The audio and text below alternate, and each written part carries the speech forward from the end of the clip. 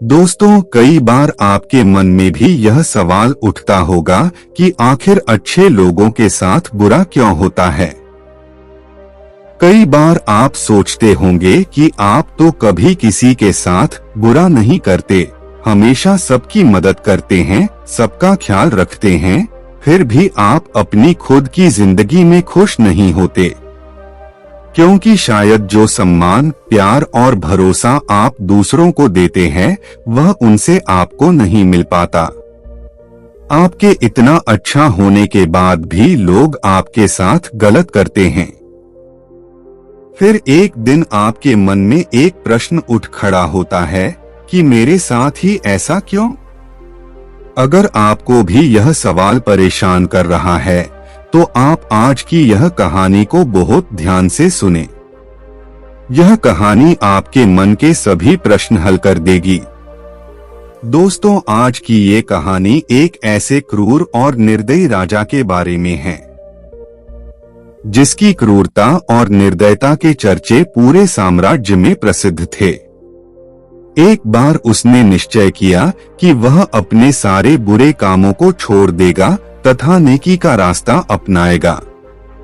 ऐसा सोचकर वह भगवान बुद्ध की शरण में गया और उसी दिन से उसने अपने सारे बुरे कामों को करना बंद कर दिया। उसने वह सब किया जिससे कि वह एक अच्छा इंसान बन सके। लेकिन जैसे ही उसने अच्छाई का रास्ता अपनाया, उसके जीवन में कष्टों का पहाड़ टूट पड़ा। उसके जीवन में दुखों का सैलाब सा आ गया और उसका जीवन पहले से भी बदतर हो गया। अपनी इसी समस्या को लेकर वह बुद्ध के पास पहुंचा। बुद्ध से उसने प्रश्न किया कि हे बुद्ध, अच्छे लोगों के साथ बुरा क्यों होता है तथा अच्छाई के रास्ते पर चलकर खुद के साथ बुरा होने से कैसे रोकें? तो चलिए जानते हैं कि महात्मा बुद्ध ने उस राजा को कौन सा रास्ता बताया, कैसे उसके जीवन से दुखों को दूर किया। एक बार गौतम बुद्ध अपने शिष्यों के साथ संघ में बैठे थे और ज्ञान चर्चा का विषय आरंभ था। शिष्य अनेक प्रकार के प्रश्न बुद्ध से पूछ रहे थे तथा बुद्ध उन प्रश्नों के उत्तर दे रहे थे। तभी वहां मगध सम्राट अजातशत्रु आ जाते हैं। राजा गौतम बुद्ध को प्रणाम करके कहते हैं कि हे बुद्ध, आपसे मिलने से पहले मैं एक निर्दयी और खूंखार सम्राट के रूप में प्रसिद्ध था। मेरी क्रूरता के चर्चे विश्व भर में थे। लोग मेरा नाम सुनते ही भय से कांपने लगते थे। लोगों में मेरा डर था, लेकिन जब से मैं आपका अनुयायी बना हूँ, नेकी के रास्ते पर चलने लगा हूँ, तब से सभी लोग मेरे सीधेपन का गलत फायदा उठा रहे हैं। पहले मैं किसी की जान लेने से पहले एक पल के लिए भी नहीं सोचता था और छोटी छोटी गलतियों के लिए भी अपराधियों को मृत्यु दंड की सजा सुना देता था। लोग मुझे मृत्यु का दूसरा रूप मानते थे। पड़ोसी राज्य हमेशा इसी खौफ में रहते थे कि पता नहीं मैं कब उन पर हमला करके उन्हें बर्बाद कर दूं। मेरे भय और क्रूरता के चलते कोई भी राज्य मेरे खिलाफ षड्यंत्र रचने या मगध पर हमला करने के बारे में सोच भी नहीं सकता था। लेकिन जब से मैं आपकी शरण में आया हूँ, आपके अहिंसा के विचारों को जीवन में अपनाया है, तब से लोगों के बीच मेरा भय बिल्कुल खत्म हो गया है। मेरे राज्य में अपराधों की संख्या बढ़ गई है। रोज नित्य नए अपराध होते रहते हैं। मेरे सेनापति और मंत्री मेरे और मेरे परिवार के खिलाफ षड्यंत्र रचते हैं। पड़ोसी राज्य मगध साम्राज्य की सीमाओं की जमीन पर कब्जा करने की कोशिश करते हैं और मगध के व्यापारियों के व्यापार में बाधा उत्पन्न करते हैं। सम्राट अजातशत्रु आगे कहते हैं कि मैं आपके अहिंसा के विचारों को समझता हूँ, लेकिन मेरे मन में एक प्रश्न है। आपकी आज्ञा हो तो मैं वह प्रश्न आपसे पूछना चाहता हूँ। बुद्ध बोले, कहो तुम्हारा क्या प्रश्न है। अजातशत्रु ने कहा, एक राजा का कर्तव्य है कि वह अन्याय के खिलाफ युद्ध करे, अपने राज्य के नियमों का प्रजा से सख्ती से पालन करवाए। लेकिन इसमें हिंसा तो होगी ही, लोगों को दुख दर्द भी होगा, खून भी बहेगा। तो क्या एक अपराधी को दंड देना अनुचित है? क्या अपने राज्य के लिए, अपनी संपत्ति के लिए, अपने परिवार की सुरक्षा के लिए युद्ध करना गलत है? बुद्ध मुस्कुराए और बोले, अजातशत्रु, इससे पहले कि मैं तुम्हारे प्रश्न का उत्तर दूं, मैं तुम्हें एक कहानी सुनाना चाहता हूं, इससे तुम्हें अपने प्रश्न का उत्तर मिल जाएगा। एक बार एक भिक्षु एक गांव से गुजर रहा था। रास्ते में उसे एक पीपल का पेड़ मिला। उसने सोचा, क्यों ना कुछ देर इस पेड़ के नीचे आराम कर लिया जाए। ऐसा सोचकर भिक्षु जैसे ही उस पेड़ की तरफ बढ़ता है तो कुछ लोग उसे रोककर कहते हैं कि वहां मत जाइए। अगर आप सुरक्षित रहना चाहते हैं तो वहां मत जाइए। इतना सुनकर भिक्षु पहले तो सोच में पड़ गया, फिर लोगों से इसका कारण पूछा। भिक्षु के पूछने पर लोग बताते हैं कि वहां एक बहुत ही जहरीला सांप रहता है, जो बहुत लोगों को डस चुका है। वह इतना खतरनाक है कि जो कोई भी उसके सामने आता है या इस वृक्ष के नीचे बैठता है, वह उसे डस कर मार देता है। वह जिस भी वृक्ष में रहता है, लोग उस वृक्ष के पास से गुजरने से भी डरते हैं। बच्चे उसके नीचे खेलने के बारे में सोचते भी नहीं हैं। भिक्षु मुस्कुराता है और कहता है कि एक दिन तो सबको मरना ही है। अगर मुझे आज मरना होगा तो उसे कोई नहीं रोक सकता। यदि आज मेरी मृत्यु होनी है तो होकर ही रहेगी। यह कहकर भिक्षु आगे बढ़ जाता है और पेड़ के नीचे जाकर बैठ जाता है। भिक्षु को वहां बैठा देखकर सांप उसे काटने के लिए नीचे आता है और अपना फैन उठाकर उसे काटने के लिए आगे बढ़ता है।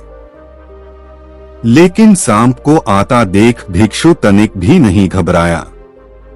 वह पूरे शांत चित्त के साथ वहीं बैठा रहा। यह देख सांप को बड़ा आश्चर्य हुआ कि यह कैसा मनुष्य है, जहां सब लोग मुझे देखते ही थर थर कांपने लगते हैं। यह इतने आराम से ध्यानमग्न होकर बैठा है। सांप अपनी जीभ बाहर निकालते हुए बोला कि हे महात्मा, मैं एक बहुत ही जहरीला सांप हूँ। क्या तुम्हें मौत से डर नहीं लगता कि मैं तुम्हें मार दूंगा?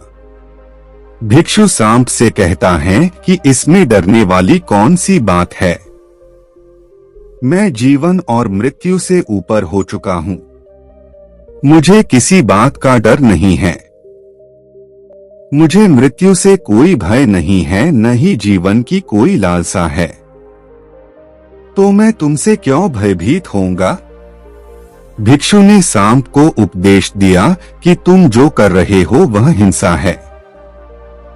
तुम्हारे काटने से लोगों को बहुत पीड़ा होती है और कई बार तो उनकी मृत्यु भी हो जाती है।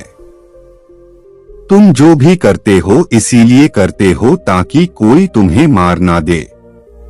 भयभीत तो तुम हो और अपने इसी डर के कारण तुम सबको मार देते हो। भिक्षु की बातें सुनकर सांप हैरान हो जाता है।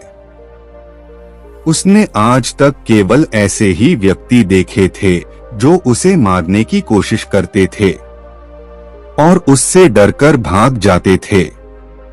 पहली बार उसने ऐसे किसी व्यक्ति को देखा था जो उससे डरा नहीं बल्कि निर्भय होकर उससे बात कर रहा है। भिक्षु की बात सुनकर सांप के अंदर वैराग्य जाग गया। उसने निश्चय किया कि आज के बाद वह किसी को नुकसान नहीं पहुंचाएगा, किसी को नहीं काटेगा और ना ही किसी को डराएगा। सांप भिक्षु के पैरों में गिरकर कहता है कि हे महात्मा, मैंने आज तक जो कुछ भी किया सिर्फ अपनी जान बचाने के लिए किया है। यदि मैं यह रूप धारण नहीं करता तो लोग मुझे मार देते। भिक्षु ने कहा, तुम बिल्कुल सही कह रहे हो, लेकिन यदि तुम इस जीवन के मोह से मुक्त होना चाहते हो तो शांत हो जाओ। यह समझ लो कि आज नहीं तो कल यह जीवन खत्म हो ही जाएगा। जब इस जीवन को खत्म हो ही जाना है तो इसके लिए कोई गलत काम करने की क्या जरूरत है। इतना कहकर भिक्षु वहां से चला जाता है। भिक्षु की बातें सुनकर सांप यह तय कर लेता है कि आज से वह सारे गलत काम छोड़ देगा। वह नहीं किसी को डसेगा और न ही किसी को डराएगा। धीरे धीरे यह खबर पूरे गांव में फैल गई कि सांप अहिंसक हो गया है। उसने काटना भी छोड़ दिया है और डराना भी। इसके बाद लोगों ने सांप से डरना ही छोड़ दिया। जो लोग पहले उससे डरकर भागते थे, अब वही उसे मारने की कोशिश करने लगते हैं। लोग उसे बेवजह ही छेड़ते उसे चोट पहुंचाते हैं। जब भी वह बच्चों को दिखाई देता तो बच्चे उसकी पूंछ पर पैर रख देते, उसे पत्थर मारते, लेकिन सांप किसी को नुकसान नहीं पहुंचाता। भिक्षु की बातों का उस पर कुछ ऐसा असर हुआ कि उसने कीड़े मकोड़ों को खाना भी छोड़ दिया था।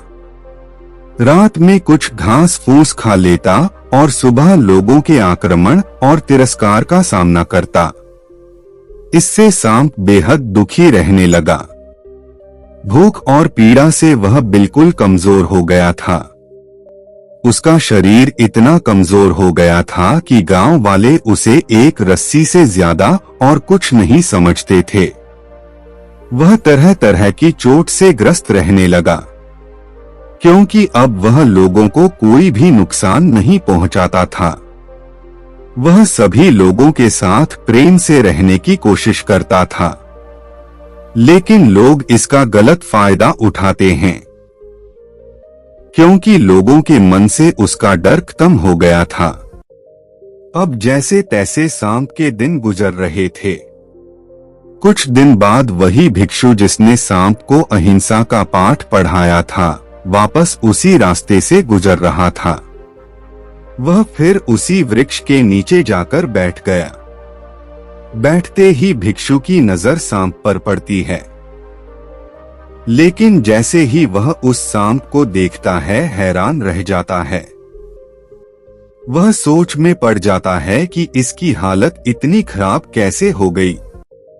वह सोचता है कि इस सांप की हालत पहले कैसी थी और अब कैसी हो गई है।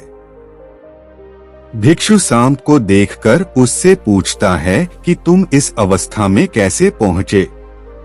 तुम्हारी ऐसी हालत कैसे हो गई? तुम तो इतने तंदुरुस्त और बलशाली थे। सारा गांव तुमसे खौफ खाता था और आज ऐसी अवस्था में कैसे पहुंच गए? भिक्षु की बातें सुनकर सांप भिक्षु की ओर देखता है और कहता कि जब से आपने मुझे समझाया है, तब से मैंने दूसरों को नुकसान पहुंचाना बंद कर दिया है। लेकिन अब लोग मेरे साथ इस तरह का व्यवहार करने लगे हैं, मुझे चोट पहुंचाने लगे हैं। बड़े तो बड़े बच्चे भी मुझसे नहीं डरते। अब आप ही बताएं मैं क्या करूं? भिक्षु कहते हैं, हे मित्र, मैंने तुमसे ये नहीं कहा था कि तुम अपने स्वभाव को ही बदल दो। क्रूरता तुम्हारा स्वभाव है। यदि तुम्हारा यह स्वभाव ही नहीं रहेगा तो लोग तुम्हें मार डालेंगे। तुम्हारे स्वभाव में क्रूरता का मतलब यह नहीं होना चाहिए कि तुम अंदर से अपना उद्देश्य ही गलत रखो। तुम्हें भीतर से अपने आप को सही रखते हुए बाहर से सबको वही दिखाना होगा जो जरूरी है। सांप एक जहरीला जीव है, इसीलिए लोगों के मन में उसके लिए डर होना जरूरी है। क्योंकि यदि उनके मन में तुम्हारे लिए डर नहीं होगा तो वह तुम्हें हानि ही पहुंचाएंगे। परंतु तुम्हें भीतर से खुद को सही रखना होगा। तुम्हें लोगों को नुकसान नहीं पहुंचाना है, बल्कि उनके अंदर अपना डर बनाना है, ताकि वो तुम्हें चोट न पहुंचा पाएं। अपना हित चाहना भी तुम्हारी ही जिम्मेदारी है। तुम्हें जिम्मेदारी से सोचना और समझना चाहिए। कहानी यहीं समाप्त होती है। कहानी को समाप्त करते हुए महात्मा बुद्ध राजा से कहते हैं, हे राजा अजातशत्रु, तुम इस कहानी से क्या सीखे? इस कहानी को सुनकर तुम्हें क्या समझ आया? बुद्ध आगे कहते हैं, इसका अर्थ यही है, अजातशत्रु की अपराधियों में तुम्हारा भय होना चाहिए। उन्हें उनके अपराध की सजा भी मिलनी चाहिए। परंतु ध्यान रहे, न्याय करने वाला अपनी निजी शत्रुता के कारण किसी को दंड ना दे, बल्कि अपराधी को उसके अपराध और दुष्कर्मों की सजा ही मिलनी चाहिए। यदि क्रोध, लोभ और ईर्ष्या बीच में आ जाएगी तो न्याय कभी नहीं हो पाएगा। बुराई को भलाई से जीतो। यदि बुराई भलाई पर हावी होने लगी तो मनुष्यता का नाश होगा। यदि बुराई को हटाने के लिए युद्ध भी करना पड़े तो वह भी करो, लेकिन कभी भी उस युद्ध कारण तुम स्वयं न बनो। यदि युद्ध करना ही पड़े तो सही उद्देश्य के लिए करो। अजातशत्रु ने महात्मा बुद्ध के सामने हाथ जोड़ दिए और कहा कि हे बुद्ध, आपकी इन बातों ने मेरे अंदर के सारे प्रश्न और सारी उथल पुथल को शांत कर दिया है। अब मैं सारी बात समझ चुका हूँ। धन्य है मेरा भाग्य जो मेरे जीवन में आप पधारे। इसके बाद अजातशत्रु बुद्ध से आज्ञा लेकर महल में वापस चले जाते हैं। दोस्तों, आज की इस कहानी से आप इसका भाव समझ ही गए होंगे। मैंने बहुत ही सरल शब्दों में इस कहानी को आपको समझाने की कोशिश की है। मुझे आशा है आपको आज की यह कहानी पसंद आई होगी। आपको कहानी कैसी लगी कमेंट में जरूर बताएं और इस वीडियो को दोस्तों के साथ शेयर भी करें। तो मिलते हैं अगली वीडियो में, तब तक के लिए अपना ख्याल रखना। धन्यवाद।